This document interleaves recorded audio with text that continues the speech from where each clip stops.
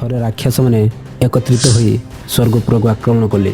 ରାକ୍ଷସମାନଙ୍କର ସଂଖ୍ୟା ଏତେ ଅଧିକ ଥିଲା ଯେ ଦେବରାଜ ଇନ୍ଦ୍ର ଭୟଭୀତ ହୋଇଗଲେ ଏବଂ କହିଲେ, ଯଦି ଆମେ ଏକୁଟିଆ ଯୁଦ୍ଧ କରିବା ତେବେ ଆମେ ନିଶ୍ଚିତ ପରାସ୍ତ ହେବା। ପୃଥିବୀ ପୃଷ୍ଠରେ ଥିବା ବୀର ରାଜାମାନଙ୍କୁ ସନ୍ଦେଶ ଦିଅ। ନାରାୟଣ ନାରାୟଣ, ପ୍ରଣାମ ଦେବର୍ଷି। କଲ୍ୟାଣ ହେଉ। ହେ ମହର୍ଷି, ଦୟାକରି କୁହନ୍ତୁ, ଏବେ ଭୂଲୋକରେ ସର୍ବଶ୍ରେଷ୍ଠ ଯୋଦ୍ଧା କିଏ ଅଛନ୍ତି ଯିଏ ରାକ୍ଷସମାନଙ୍କ ବଦ୍ଧ ନିମନ୍ତେ ଆମ ସହ ଯୁଦ୍ଧରେ ଯୋଗ ଦେଇପାରିବ? ଏପରି ଏ ଭୂପୃଷ୍ଠରେ ଗୋଟିଏ ବୀର ଯୋଦ୍ଧା ଅଛନ୍ତି। ତାଙ୍କର ନାମ ହେଉଛି ଦୁଷ୍ୟନ୍ତ। ସେ ହସ୍ତିନାପୁରର ରାଜା ଅଟନ୍ତି। ତାଙ୍କର ପରାକ୍ରମ ଏପରି ଯେ ସେ ସ୍ୱର୍ଗ, ମର୍ତ୍ତ୍ୟ, ପାତାଳ ତିନକୁ ଜୟ କରିପାରିବେ। ତେବେ ହେ ଦେବଗଣ, ଶୀଘ୍ର ଯାଆନ୍ତୁ ଏବଂ ରାଜା ଦୁଷ୍ୟନ୍ତକୁ ଏହି ଦେବାସୁର ସଂଗ୍ରାମରେ ଭାଗ ନେବା ପାଇଁ ସନ୍ଦେଶ ଦିଅନ୍ତୁ। ଯାହା ଆପଣଙ୍କର ଆଜ୍ଞା ଦେବରାଜ। ହେ ମହାନ ସମ୍ରାଟ ଦୁଷ୍ୟନ୍ତ, ତୁମକୁ ରାକ୍ଷସମାନଙ୍କ ସହ ଯୁଦ୍ଧ କରିବାକୁ ହେବ। ଆମ୍ଭକୁ ଦେବରାଜ ଇନ୍ଦ୍ର ତୁମକୁ ନେବା ନିମନ୍ତେ ପଠାଇଛନ୍ତି। ଠିକ୍ ଅଛି, ମୁଁ ନିଶ୍ଚୟ ଯିବି ଏବଂ ଦେବତାମାନଙ୍କ ପକ୍ଷରୁ ରାକ୍ଷସମାନଙ୍କ ବିରୁଦ୍ଧରେ ଯୁଦ୍ଧ କରିବି।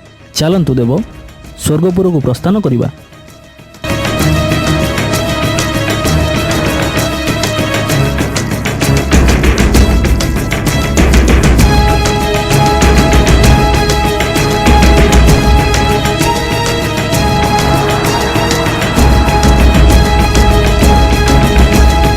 ଏହାପରେ ରାକ୍ଷସ ଓ ଦେବତାମାନଙ୍କ ମଧ୍ୟରେ ଭୀଷଣ ଯୁଦ୍ଧ ହେଲା। ଏହି ଯୁଦ୍ଧରେ ରାକ୍ଷସମାନେ ପରାସ୍ତ ହେଲେ ଓ ଦେବତାମାନେ ବିଜୟ ଲାଭ କଲେ। ହେ ମହାନ ସମ୍ରାଟ ଦୁଷ୍ୟନ୍ତ, ଆପଣ କିଛି ଦିନ ସ୍ୱର୍ଗ ଉପରେ ରହି ଆମ୍ଭର ଆତିଥ୍ୟ ସ୍ୱୀକାର କରନ୍ତୁ। ଧନ୍ୟବାଦ ଦେବରାଜ ଇନ୍ଦ୍ର, ପରନ୍ତୁ ମୋତେ ଭୂଲୋକ ଯିବାକୁ ହେବ। ସେଠାରେ ମୋର ପ୍ରଜାମାନେ ମୋତେ ଅପେକ୍ଷା କରିଥିବେ। ଏହାପରେ ମହାରାଜ ଦୁଷ୍ୟନ୍ତ ରଥରେ ଉପବେଶନ କରି ହସ୍ତିନାପୁରକୁ ପ୍ରସ୍ଥାନ କରୁଥିବା ବେଳେ ବାଟରେ ମହର୍ଷି କାଶ୍ୟପଙ୍କ ଆଶ୍ରମ ଆସିଲା। ସେ କାଶ୍ୟପଙ୍କ ଆଶ୍ରମରେ ପହଞ୍ଚିଲେ ଏବଂ ଦେଖିଲେ, ଏ ସିଂହ ଛୁଆ, ତ ପାଟି କର, ମୁଁ ତ ଦାନ୍ତ ଗଣିବି। ଆରେ ଏ ଅମାନିଆ, କାହିଁକି ଜୀବମାନଙ୍କୁ ସମାନ ରୂପରେ ନ ଦେଖି ସେମାନଙ୍କୁ କଷ୍ଟ ଦେଉଛ? ଓହୋ, ତୁମର ଦୁଷ୍ଟାମି ବଢ଼ିଗଲାଣି। ସେଥିପାଇଁ ବୋଧେ ଋଷିମାନେ ତୁମର ନାମ ସର୍ବଦମନ ରଖିଛନ୍ତି। ସର୍ବଦମନ? ତମେ ଯଦି ଏ ସିଂହ ଛୁଆକୁ ନ ଛାଡ଼ିବ ତେବେ ଏହି ଛୁଆର ମାତା ତୁମକୁ ନିଶ୍ଚୟ ଆକ୍ରମଣ କରିବ। ଓହୋ, ଭାରି ବଳୁଆ, ମୁଁ ତ ଡରିଗଲି। ହି ହି ହି। ପୁତ୍ର, ଏହି ସିଂହ ଛୁଆଟିକୁ ଛାଡ଼। ମୁଁ ତୁମ ପାଇଁ ଅନ୍ୟ ଏକ ଖେଳନା ଆଣିଦେବି, କିନ୍ତୁ ବର୍ତ୍ତମାନ ତୁମେ ଏହି ଛୁଆଟିକୁ ଛାଡ଼ି ଦିଅ। କେଉଁଠି ଖେଳନା? ଦିଅ ମୋତେ। ଖେଳନା ଦେଲେ ମୁଁ ଏଇ ଛୁଆକୁ ଛାଡ଼ିଦେବି। ହେ ଭଗବାନ, ଏହାକୁ ଖାଲି କଥାରେ ପାରିହେବ ନାହିଁ। ସଖୀ, ତୁମେ ଯାଅ, ମୋ କୁଟୀରରେ ଏକ ମାଟିର ମୟୂର ଖେଳନା ଅଛି। ତୁମେ ଯାଇ ଏ ପିଲାକୁ ଆଣି ପ୍ରଦାନ କର। ତୁମେ ଠିକ୍ କହିଲ ସଖୀ, ମୁଁ ଯାଇ ସେ ଖେଳନା ସଙ୍ଗେ ସଙ୍ଗେ ନେଇ ଆସୁଛି। ଏବେ ଠିକ୍ ଅଛି, ସେ ଖେଳନା ଆଣିବା ଯାଏଁ ମୁଁ ଏଇ ଛୁଆ ସହିତ ଖେଳୁଛି। ହି ହି ହି। ଆରେ ଦେଖ ତ ଏ ବାଳକକୁ, କିପରି ନିଜର ନିଜର ଲାଗୁଛି। ସେ ଯାହା ହେଉ, ଏ ବାଳକର ପିଲାଳିଆମି ମୋତେ ଭାରି ଭଲ ଲାଗୁଛି। ଓହୋ, ଏ ବାଳକ ମୋତେ ଜମା ମାନୁନାହିଁ। ଋଷିକୁମାର, ଋଷିକୁମାର, ପାଖରେ କେହି ଋଷିକୁମାର ଅଛନ୍ତି କି? ହେ ମହାଶୟ, ଏହି ବାଳକଠାରୁ ସେହି ସିଂହ ଛୁଆଟିକୁ ଟିକେ ମୁକ୍ତ କରନ୍ତୁ। ଏହାକୁ ସେ ଜୋରରେ ଜାବୁଡ଼ି ଧରିଛି। ଆରେ ଏ ମହର୍ଷି ପୁତ୍ର, କ'ଣ ପାଇଁ ତୁମେ ଏ ଆଶ୍ରମର ନିୟମ ବିରୁଦ୍ଧ କାର୍ଯ୍ୟ କରୁଅଛ? ଛାଡ଼, ସେହି ସିଂହ ଶିଶୁଟିକୁ ମୁକ୍ତ କର। ମହାଶୟ, ଏ ଋଷିକୁମାର ନୁହେଁ। କ'ଣ କହିଲ ଦେବୀ? ଏ ଋଷିକୁମାର ନୁହନ୍ତି? କିଏ ଏ ବାଳକ? କ'ଣ ଆଙ୍କର ଗୋତ୍ର ପରିଚୟ? ପୁରୁବଂଶ। ଏ ବାଳକଟି କିପରି ମୋର ସମବଂଶୀୟ ହୋଇପାରିବ? ପୁଣି ନିଜ ଇଚ୍ଛା ଅନୁସାରେ ମନୁଷ୍ୟମାନେ ତ ଏ ସ୍ଥାନକୁ ଆସିପାରିବେ ନାହିଁ। ଠିକ୍ କହିଲେ ମହାଶୟ, ଏହି ବାଳକର ମାତା ଜଣେ ଅପ୍ସରାଙ୍କ ଦ୍ୱାରା ଏହି ତପବନକୁ ଆସିଥିଲେ। ସେଥିପାଇଁ ଏ ବାଳକର ଜନ୍ମ ଏହି ତପବନରେ ହିଁ ହୋଇଛି। ଅର୍ଥାତ୍ ଏ ବାଳକର ମାତା କ'ଣ କୌଣସି ରାଜାଙ୍କର ପତ୍ନୀ ଅଟନ୍ତି? ଛାଡ଼ନ୍ତୁ ମହାଶୟ, ଜଣେ ଧର୍ମପତ୍ନୀକୁ ତ୍ୟାଗ କରିଥିବା ରାଜାଙ୍କର ନାମ କିଏ ବା ଉଚ୍ଚାରଣ କରିବାକୁ ଚାହିଁବ? ଏହି କଥା ତ ମୋର ଜୀବନୀ ସହ ମେଳ ଖାଉଛି। ଯଦି ଏପରି କଥା, ତେବେ ମୋତେ ସେ ବାଳକର ମାତାଙ୍କ ନାମ ପଚାରିବା ଉଚିତ, କିନ୍ତୁ ଅନ୍ୟ ସ୍ତ୍ରୀ ଲୋକର ବିଷୟରେ ପଚାରିବା ଅଭଦ୍ରାମୀ ହେବ। ସର୍ବଦମନ, ପୁତ୍ର ସର୍ବଦମନ, ଏଠାକୁ ଆସ, ଏହି ଶକୁନ୍ତ ଲାବଣ୍ୟକୁ ଦେଖ। ମା, ତୁମେ କେଉଁଠି? ଶକୁନ୍ତର ଅର୍ଥ ପକ୍ଷୀ ଏବଂ ଲାବଣ୍ୟର ଅର୍ଥ ସୌନ୍ଦର୍ଯ୍ୟ। ଶକୁନ୍ତ ଲାବଣ୍ୟ ସହିତ ସର୍ବଦମନର ମାଆଙ୍କ ନାମ ସମାନତା କାରଣରୁ ସେ ମା ବୋଲି ଡାକୁଛନ୍ତି। ହେ ପୁତ୍ର, ଏହି ମାଟିରେ ତିଆରି ମୟୂରର ସୌନ୍ଦର୍ଯ୍ୟକୁ ମୁଁ ଦେଖିବା ପାଇଁ କହୁଛି। ସତରେ କ'ଣ ଏହି ବାଳଙ୍କର ମାତାଙ୍କ ନାମ ଶକୁନ୍ତଳା? ନା ନା, ଏଭଳି ଶକୁନ୍ତଳା ନାମଧାରୀ ଅନେକ ବ୍ୟକ୍ତି ଥାଇପାରନ୍ତି। ମାତା, ମୋତେ ଏହି ରଙ୍ଗ ବେରଙ୍ଗର ମାଟିର ମୟୂର ଭାରି ଭଲ ଲାଗୁଛି। ମୁଁ ଏହି ଖେଳନା ସହ ନିଶ୍ଚୟ ଖେଳିବି। ହେ ଭଗବାନ, ଏ କ'ଣ ଅଘଟଣ ଘଟିଲା?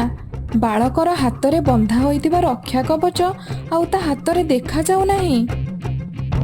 ବ୍ୟସ୍ତ ହୁଅନ୍ତୁ ନାହିଁ ଦେବୀ, ସିଂହର ଶିଶୁ ସହ ଖେଳୁଥିବା ସମୟରେ ଏହି ରକ୍ଷା କବଚଟି ଖସି ପଡ଼ିଛି। ରୁହ, ମୁଁ ଏହାକୁ ଆଣିଦେଉଛି। ଉଠାନ୍ତୁ ନାହିଁ, ଉଠାନ୍ତୁ ନାହିଁ। କ'ଣ ପାଇଁ ସେ ରକ୍ଷା କବଚ ଆଣୁଛନ୍ତି? ରହିଯାଆନ୍ତୁ। କ'ଣ ହେଲା ଦେବୀ? କ'ଣ ପାଇଁ ମୋତେ ଏହି ରକ୍ଷା କବଚ ଉଠାଇବାକୁ ବାରଣ କରୁଥିଲ? ଶୁଣନ୍ତୁ ମହାରାଜ, ଏହି ରକ୍ଷା କବଚଟି ଅପରାଜିତା ନାମକ ଔଷଧରେ ତିଆରି ହୋଇଛି। ଯେବେ ଏହି ଶିଶୁଟି ଜନ୍ମ ହୋଇଥିଲା, ଭଗବାନ ମାରିଚ ତାକୁ ଏହି ରକ୍ଷା କବଚଟି ପିନ୍ଧାଇଥିଲେ। ହେ ଦେବୀ, ଯଦି କେହି ଏହାକୁ ଭୂମିରୁ ଉଠାଇ ଦିଅନ୍ତି ତେବେ? ତେବେ ଏହି ରକ୍ଷା କବଚଟି ସଙ୍ଗେ ସଙ୍ଗେ ସର୍ପ ହୋଇ ତାଙ୍କୁ ଦଂଶନ କରିଥାଏ। ପରନ୍ତୁ ଦେବୀ, ଏପରି କେତେବେଳେ ଘଟିଥିବାର ଆପଣମାନେ ଦେଖିଛନ୍ତି କି? ଅନେକ ଥର ଦେଖିଛୁ ମହାରାଜ। କାହିଁକି ମୋର ମନସ୍କାମନା ପୂର୍ଣ୍ଣ ହେଲେ ମଧ୍ୟ ମୁଁ ନିଜକୁ ଅଭିନନ୍ଦନ କରିପାରୁନାହିଁ। ସଖୀ, ଏ ତ ଖୁସିର ସମ୍ବାଦ।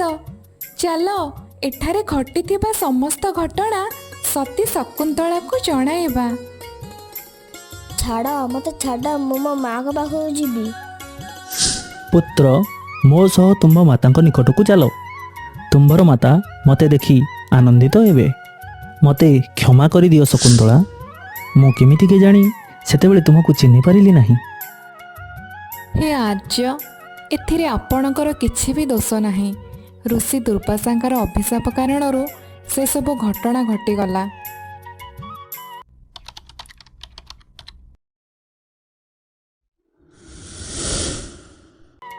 ଶକୁନ୍ତଳା ଋଷି ବିଶ୍ୱାମିତ୍ର ଓ ଅପ୍ସରା ମେନକାଙ୍କ ପୁତ୍ରୀ ଥିଲେ। ଶକୁନ୍ତଳା ତାଙ୍କ ମାତାଙ୍କ ପରି ବହୁତ ସୁନ୍ଦର ଥିଲେ। ଶକୁନ୍ତଳାର ଜନ୍ମ ପରେ ଅପ୍ସରା ମେନକା ତାଙ୍କୁ ଜଙ୍ଗଲରେ ଛାଡ଼ି ଦେଇଥିଲେ। ଜଙ୍ଗଲରେ ଶକୁନ୍ତଳାଙ୍କୁ ଶକୁନ୍ତ ନାମକ ଏକ ପକ୍ଷୀ ତାଙ୍କର ପ୍ରାଣ ରକ୍ଷା କରିଥିଲା। ଏହାପରେ ଋଷି କଣ୍ୱ ଶକୁନ୍ତଳାକୁ ନିଜର ଆଶ୍ରମକୁ ନେଇ ଆସିଲେ। ସେବେଠାରୁ ଶକୁନ୍ତଳା କଣ୍ୱଙ୍କୁ ନିଜର ପିତା ବୋଲି ଗ୍ରହଣ କରିଥିଲେ। ଥରେ ରାଜା ଦୁଷ୍ୟନ୍ତ ବନରେ ଶିକାର କରିଥିଲେ। ଶିକାର କରି ରାଜା ଦୁଷ୍ୟନ୍ତ ଋଷି କଣ୍ୱଙ୍କ ଆଶ୍ରମକୁ ଆଶୀର୍ବାଦ ପାଇଁ ଆସିଥିଲେ। ଆଉ ଠିକ୍ ସେତିକି ବେଳେ ତାଙ୍କର ଦେଖା ସୁନ୍ଦରୀ ଶକୁନ୍ତଳାଙ୍କ ସହିତ ହୋଇଥିଲା। ସେ ପ୍ରଥମ ଦେଖାରେ ହିଁ ମନ ଦେଇ ବସିଲେ। ହେ ଦେବୀ, ତୁମର ନାମ କ'ଣ? ମୋର ନାମ ଶକୁନ୍ତଳା। ମୁଁ ଋଷି କଣ୍ୱଙ୍କର ପୁତ୍ରୀ ଅଟେ। ହେଲେ ମହର୍ଷି କଣ୍ୱ ତ ବ୍ରହ୍ମଚାରୀ ଅଟନ୍ତି। ତୁମେ ତାଙ୍କର ପୁତ୍ରୀ ହେଲ କିପରି? ମୋତେ ଜନ୍ମ ଦେଇଥିବା ମୋ ପିତାମାତା ହେଉଛନ୍ତି ଋଷି ବିଶ୍ୱାମିତ୍ର ଏବଂ ଅପ୍ସରା ମେନକା। କିନ୍ତୁ ଋଷି କଣ୍ୱ ମୋର ପାଳନ ପୋଷଣ କରିଛନ୍ତି, ସେଥିପାଇଁ ସେ ମୋର ପିତା ଅଟନ୍ତି। ପରନ୍ତୁ ଦେବୀ, ମହର୍ଷି ଆଶ୍ରମରେ ନାହାନ୍ତି କି? ନା ରାଜନ, ସେ ତପ କରିବାକୁ ବନକୁ ଯାଇଛନ୍ତି। ହେ ଦେବୀ, ମୁଁ ତୁମକୁ ଦେଖିବା ମାତ୍ରେ ମୋର ହୃଦୟ ଦେଇସାରିଛି। ମୁଁ ତୁମକୁ ବିବାହ କରିବାକୁ ଚାହେଁ ଦେବୀ। ଶକୁନ୍ତଳା ମଧ୍ୟ ରାଜା ଦୁଷ୍ୟନ୍ତକୁ ଦେଖିବା ମାତ୍ରେ ପସନ୍ଦ କରିବାକୁ ଲାଗିଥିଲେ ଏବଂ ସେ ଦୁହେଁ ଗାନ୍ଧର୍ବ ରୀତିରେ ବିବାହ କାର୍ଯ୍ୟ ସମ୍ପନ୍ନ କରିଥିଲେ। ଋଷିଙ୍କ ଆଶ୍ରମରେ କିଛି ଦିନ ରହିବା ପରେ ରାଜା ଦୁଷ୍ୟନ୍ତ ହସ୍ତିନାପୁର ଯିବାକୁ ବାହାରିଲେ। ଦେବୀ, ମୁଁ ଅନେକ ଦିନ ହେବ ମୋର ରାଜ୍ୟଠାରୁ ଦୂରରେ ରହିଲାଣି। ମୋତେ ରାଜ୍ୟକୁ ଫେରିଯିବାକୁ ପଡ଼ିବ। ଏହି ସମ୍ବାଦ ଶୁଣି ଶକୁନ୍ତଳା ବହୁତ ଦୁଃଖ ପ୍ରକାଶ କଲେ। ଏହାପରେ ଦୁଷ୍ୟନ୍ତ ନିଜର ହାତରୁ ରାଜକୀୟ ମୁଦି କାଢ଼ି ଶକୁନ୍ତଳାଙ୍କ ଆଙ୍ଗୁଠିରେ ପିନ୍ଧାଇ ଦେଲେ ଏବଂ ସେଠାରୁ ରାଜ୍ୟକୁ ଚାଲିଗଲେ। କିଛି ଦିନ ପରେ ଶକୁନ୍ତଳା ବସି ରାଜା ଦୁଷ୍ୟନ୍ତଙ୍କ କଥା ଭାବୁଥାନ୍ତି। ଠିକ୍ ସେତିକି ବେଳେ ଋଷି ଦୁର୍ବାସା ଆସି ଆଶ୍ରମରେ ପହଞ୍ଚିଥିଲେ। ହେ ପୁତ୍ରୀ, ମହର୍ଷି କଣ୍ୱ ଅଛନ୍ତି କି? ପୁତ୍ରୀ, ପୁତ୍ରୀ, ହେ ପୁତ୍ରୀ, ମୁଁ ତୁମକୁ ଅଭିଶାପ ଦେଉଛି। ଯାହାର ଭାବନାରେ ବସି ତୁମେ ମୋର ଆହ୍ୱାନକୁ ଶୁଣିଲ ନାହିଁ, ସେ ତୁମକୁ ଭୁଲିଯିବ। ଏହା ଋଷି ଦୁର୍ବାସାର ଅଭିଶାପ।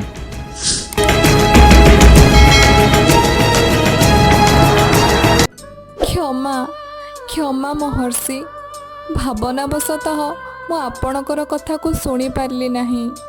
ଦୟାକରି ମୋତେ କ୍ଷମା କରିଦିଅନ୍ତୁ ମୁନିବର। ହେ ପୁତ୍ରୀ, ମୁଁ ମୋର ଅଭିଶାପକୁ ଫେରାଇ ପାରିବି ନାହିଁ, କିନ୍ତୁ ଏତିକି ଆଶୀର୍ବାଦ କରୁଛି, ଯାହା ଭାବନାରେ ତୁମେ ହଜିଯାଇଛ ତାଙ୍କର କୌଣସି ଚିହ୍ନ ଦେଖିବା ଦ୍ୱାରା ସେ ସବୁକିଛି ଜାଣିପାରିବେ। ତଥାସ୍ତୁ।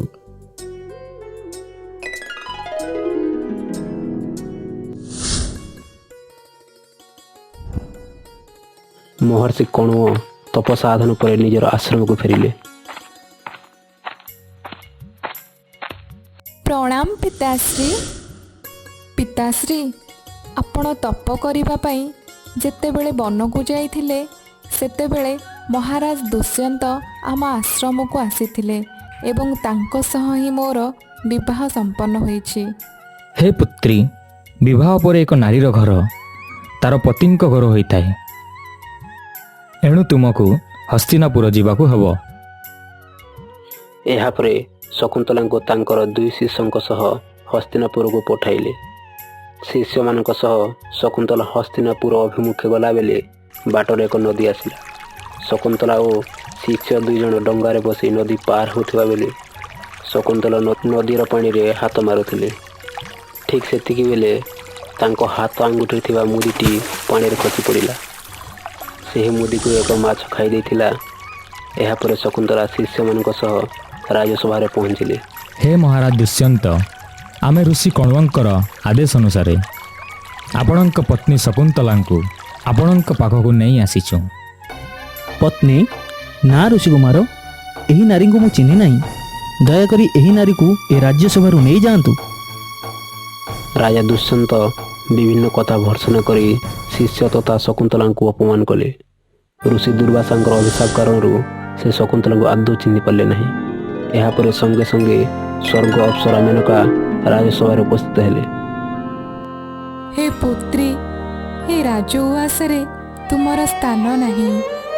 ଚାଲ ମୋ ସହିତ ଏ ରାଜସଭାରୁ ଫେରି ଚାଲ।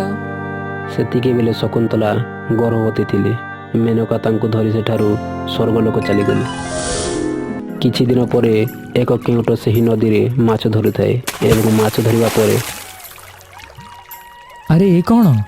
ଆଜି ଏତେ ପରିଶ୍ରମ ପରେ ମଧ୍ୟ କେବଳ ଗୋଟିଏ ମାଛ ଜାଲରେ ଧରା ପଡ଼ିଲା। ହଉ, ଯାହା ଭଗବାନଙ୍କର ଇଚ୍ଛା। ଏହାପରେ ସେହି ମାଛକୁ ଆଣି ଘରେ କାଟିବା ସମୟରେ ମାଛ ପେଟ ଭିତରୁ ଏକ ସ୍ୱର୍ଣ୍ଣ ମୁଦ୍ରିକା ବାହାରିଲା ଏବଂ ସେହି ମୁଦ୍ରିକାକୁ ଦେଖି କହିଲା, ଆରେ ଏ ତ ମହାରାଜ ଦୁଷ୍ୟନ୍ତଙ୍କର ମୁଦ୍ରିକା। ଯାଉଛି ଏ ମୁଦ୍ରିକା ମହାରାଜାଙ୍କୁ ଦେଇଦେବି। ସେହି ମୁଦ୍ରିକାକୁ ଧରି କେଉଁଟ ରାଜସଭାରେ ମହାରାଜ ଦୁଷ୍ୟନ୍ତଙ୍କୁ ଦେଲା। ମୁଦ୍ରିକା ପାଇବା ମାତ୍ରେ ଦୁଷ୍ୟନ୍ତଙ୍କର ପୂର୍ବ କଥା ସବୁ ମନେ ପଡ଼ିଗଲା। ଆରେ ଏ ମୁଁ କ'ଣ କରିଦେଲି? ମୁଁ ଅଭାଗା ଶକୁନ୍ତଳାଙ୍କୁ ଅପମାନ କରି ଏ ରାଜ୍ୟସଭାରୁ ତଡ଼ିଦେଲି। ଠିକ୍ ମୋ ଜୀବନ। ହେ ଦେବୀ, ତାପରେ ମୁଁ ତୁମକୁ ବହୁତ ଖୋଜିଲି, ମାତ୍ର ତୁମକୁ ପାଇଲି ନାହିଁ। ମୋତେ କ୍ଷମା କରିଦିଅ। ହେ ଆର୍ଯ୍ୟ, ଏଥିରେ ଆପଣଙ୍କର କିଛି ବି ଦୋଷ ନାହିଁ। ଋଷି ଦୁର୍ବାସାଙ୍କର ଅଭିଶାପ କାରଣରୁ ସେସବୁ ଘଟଣା ଘଟିଗଲା। ହେ ଦେବୀ, ଚାଲ ଆମେ ସମସ୍ତେ ହସ୍ତିନାପୁରକୁ ଯିବା।